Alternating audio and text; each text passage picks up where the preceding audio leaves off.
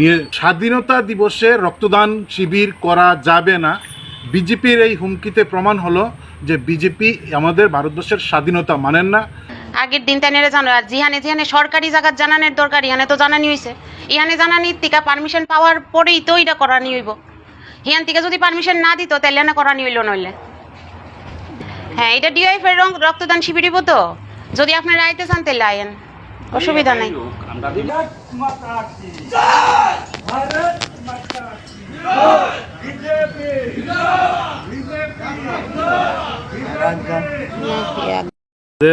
ডিওএফ এর উদ্যোগে ডুকলি পূর্ব ডুকলি অঞ্চলের উদ্যোগে আগামী কাল মানে স্বাধীনতা দিবসে হাজারো যারা জীবন দিয়েছেন স্বাধীনতার জন্য, স্বাধীনতা দিবসে তাদের প্রতি শ্রদ্ধা জানিয়ে আমরা একটা রক্তদান শিবিরের আয়োজন করেছিলাম।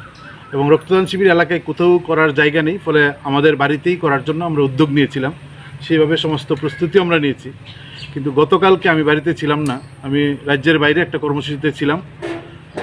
25 থেকে 30 জন আমাদের বাড়িতে প্রবেশ করেন, হুমকি দেন এবং সবাইকে নানা রকমভাবে অশ্লীল ভাষায় গালিগালাজ করেন। এবং তার কিছু ভিডিও আমরা তুলে রেখেছি।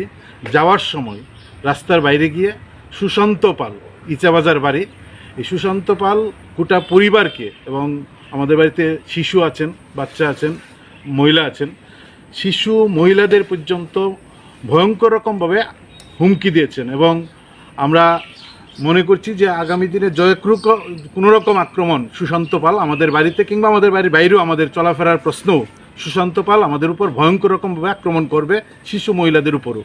সেই হুমকি গতকালকে সুশান্ত পাল দিয়েছেন। তার বাইরেও 25-30 জন বাড়িতে এসে এই হুমকি টুমকি দিয়েছেন এবং কোনোভাবেই রক্তদান শিবির করা যাবে না। যাই হোক, তারপর আমরা মনে করেছি স্বাধীনতার বীর সন্তানদের প্রতি শ্রদ্ধা জানাতে হুমকি উপেক্ষা করে রক্তদান শিবির করব।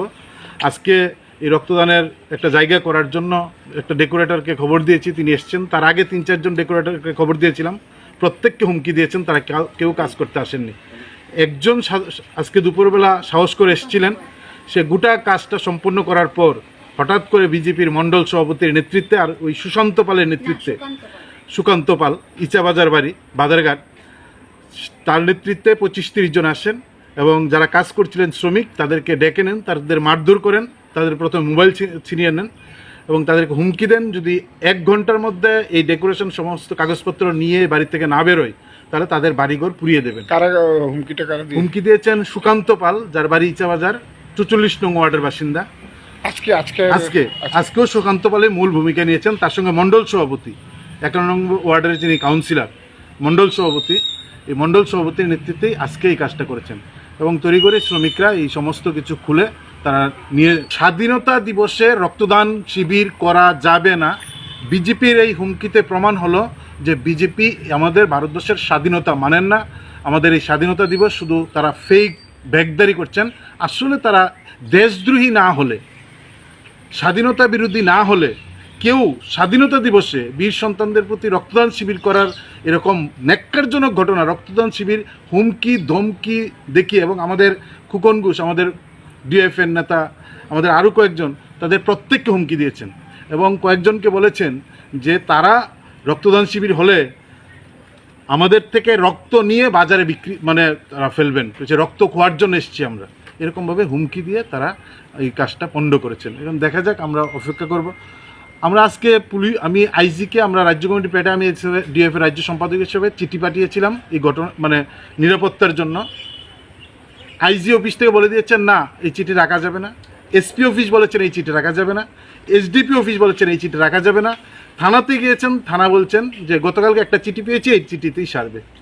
ফলে এই হচ্ছে অবস্থা।